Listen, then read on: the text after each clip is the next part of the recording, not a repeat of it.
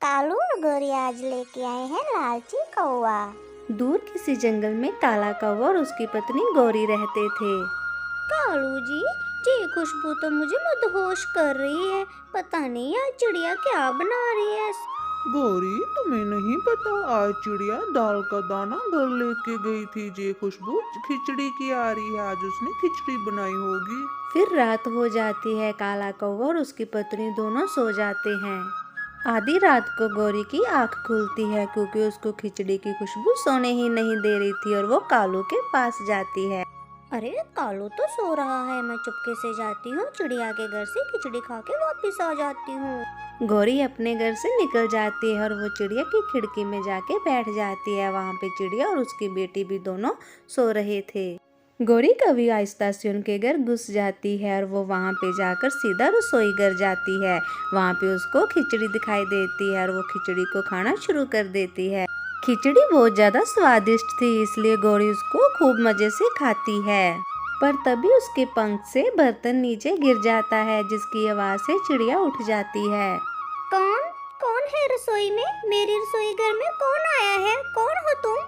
और फिर गौरी वहाँ पे पड़े एक जार के पीछे छिप जाती है। हैं, यहाँ पे तो कोई भी नहीं है।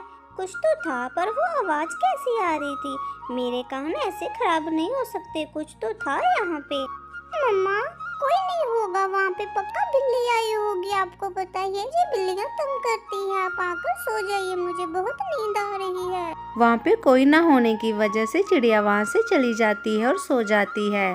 शुक्र है मैं बच गई हूँ। अगर चिड़िया मुझे पकड़ लेती तो बहुत पिटाई करती मेरी, और दूसरे पक्षियों में मेरी खूब सारी बदनामी भी करती। और फिर गौरी बहुत सारा पेट भरकर वहाँ से चली जाती है और सुबह हो जाती है। गुड़िया, मेरी गुड़िया रानी, क्या खिचड़ी आपने खाई है? यहाँ पे बहुत सारी कम खिचड़ी है, मैंने तो कितनी सारी बना के रखी थी। नहीं तो मम्मा, मैं तो बाद में रसोई घर आई भी नहीं थी जब आपके साथ सो गई थी, और अभी तो मैंने ब्रश भी नहीं किया, और खिचड़ी कैसे खाऊंगी सुबह सुबह? पर मैंने तो हांडी में कितनी सारी खिचड़ी बना के रखी थी, समझ नहीं आ रहा कहाँ पे चली गई। ये तो आधी ही खिचड़ी रह चुकी है। मम्मा, हो सकता है जो रात को बिल्ली आई थी वो खिचड़ी खा गई हो। और ऐसे चिड़िया और उसकी बेटी को पता ही नहीं चलता कि गौरी खिचड़ी खा के गई थी। गौरी, ओ गौरी, चलो उठ जाओ, सुबह हो चुकी है, दाना लेने भी जाना है। कब से तुम ऐसे ही सो रही हो?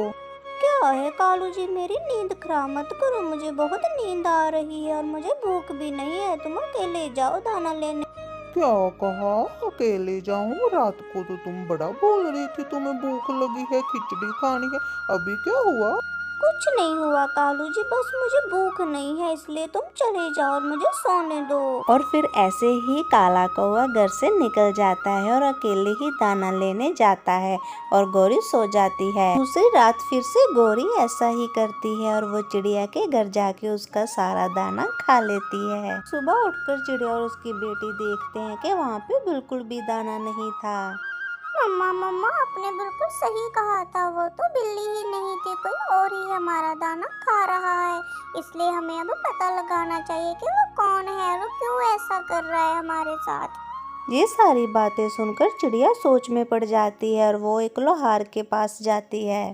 लोहार के पास जाकर चिड़िया उसको सारी बात बताती है और लोहार उसको एक हथौड़ी देता है और उससे कहता है कि तुम इससे उसको मार सकती हो और भगा भी सकती हो।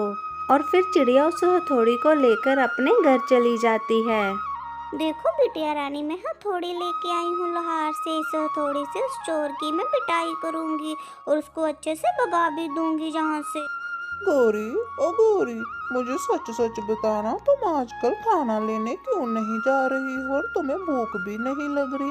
कुछ तो गड़बड़ है, मुझे सच सच बताओ तुम। कालू जी, मेरे तो मजे हैं। मैं तो चिड़िया के घर चोरी चोरी जाती हूँ रात को, वो माँ बेटी सो रही होती है, और वहाँ पे खूब सारा दाना खा के आती हूँ, इसलिए मुझे भूख ही नहीं लगती और मेरा पेट भी भर जाता है। अच्छा, ऐसा क्या? उनको पता नहीं चलता कि तुम वहाँ पे आ रही हो? नहीं कालू जी, वो माँ बेटी तो खूब घोड़े बेच कर सो रही होती है और वो मैं चोरी चोरी जाती हूँ और खाकर आ जाती हूँ। ठीक है, आज मैं जाऊंगा और खूब सारा पेट भर कर खा के आऊंगा। तुम इतने दिन से खा रही थी, आज मुझे जाने दो। ठीक है कालू जी, आज रात आप ही चले जाना, पर मेरे लिए भी खाना जरूर लेके आना, मैं इंतजार करूंगी। और फिर थोड़ी देर में रात हो जाती है और इधर चिड़िया अपने रसोई घर में पड़ी कबर्ड के पीछे छिप जाती है, क्योंकि उसको देखना था कि चोरी कौन करता है। और इधर रात को काला कौवा भी चिड़िया के घर आ जाता है और वो अभी खिचड़ी खाने ही लगता था कि चिड़िया उसको पकड़ लेती है। अच्छा तो वो तुम थे जो इतने दिन से हमें परेशान कर रहे थे, आज मैं तुम्हें छोड़ूंगी नहीं काला। चिड़िया मुझे मत मारो, मुझे मत मारो, मैं आज ही आया हूँ। रोज गोरी तुम्हारा खाना चोरी करती थी। और इधर गोरी काला कौवा की चीखने की आवाज से घबरा गई थी और उसकी आवाजों को सुन रही थी। अच्छा हुआ आज कालू चला गया, नहीं तो मेरी तो इससे भी ज्यादा गंदी पिटाई होती, मैं तो रोज ही उसका खाना चोरी करके आती थी। प्यारे दोस्तों, अगर आपको कालू और गोरी की कहानी अच्छी लगती है तो हमारे चैनल को सब्सक्राइब कीजिए और ज़्यादा से ज़्यादा शेयर कीजिए। धन्यवाद।